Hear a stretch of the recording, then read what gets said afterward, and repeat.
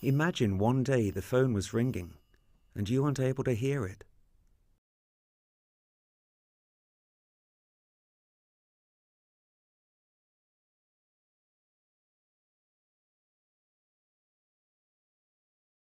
I lost my hearing through meningitis when I was 3.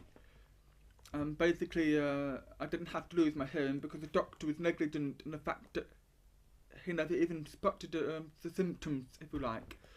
Despite coming round about 6 times, and at the end he shut the door on my mum and called her an over-paranoid mother. And it was only the case of calling out 2 nurses that saved my life. They spotted the meningitis symptoms and rushed me to hospital, and pretty much that's what saved me. Also, I lost my hearing. Good boy. Good boy. I've always been slightly deaf since a child, and it wasn't discovered until I was 15. But it was more severe in my middle 40s when I had a severe infection, and the drugs I took caused me to lose about 40% of my hearing virtually overnight.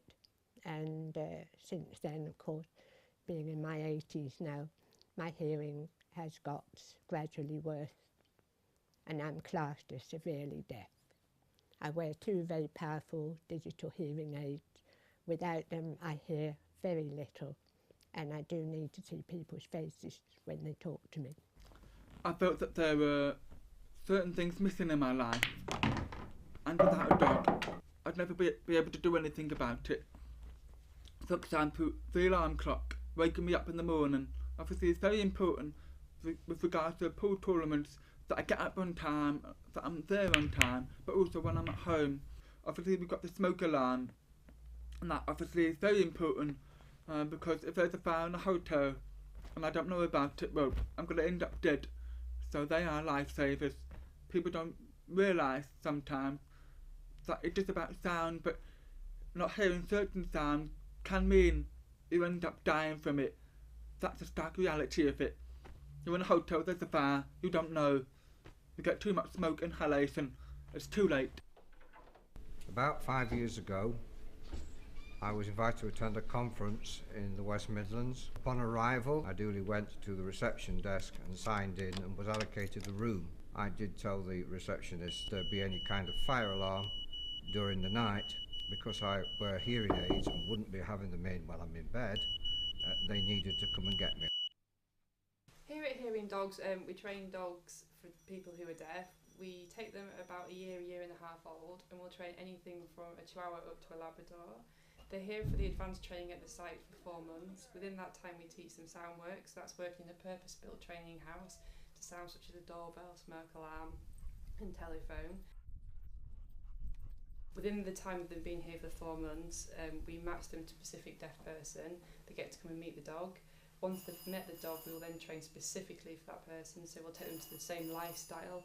Once we've finished working the dogs for that deaf person, we will then ask them to come to the centre where they spend a week with us, and we train specifically one-on-one with the deaf person and their new dog. The conference went through all weekend quite without incident, but on the Sunday morning, when I went down for breakfast in what is a communal restaurant, and the one lady was complaining about how cold it was, stood in the car park at 3 o'clock in the morning in nothing but a night dress and a dressing gown. I picked up on the conversation and said, why would you want to be in the car park at 3 o'clock in the morning?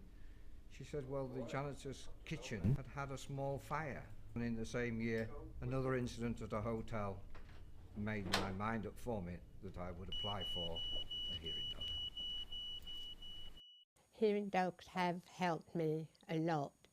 I've become a lot more relaxed because I know that if somebody comes to the door or the telephone goes or any of those important sounds, that Scooby will always alert me. I owe all this to Hearing Dogs for Deaf People.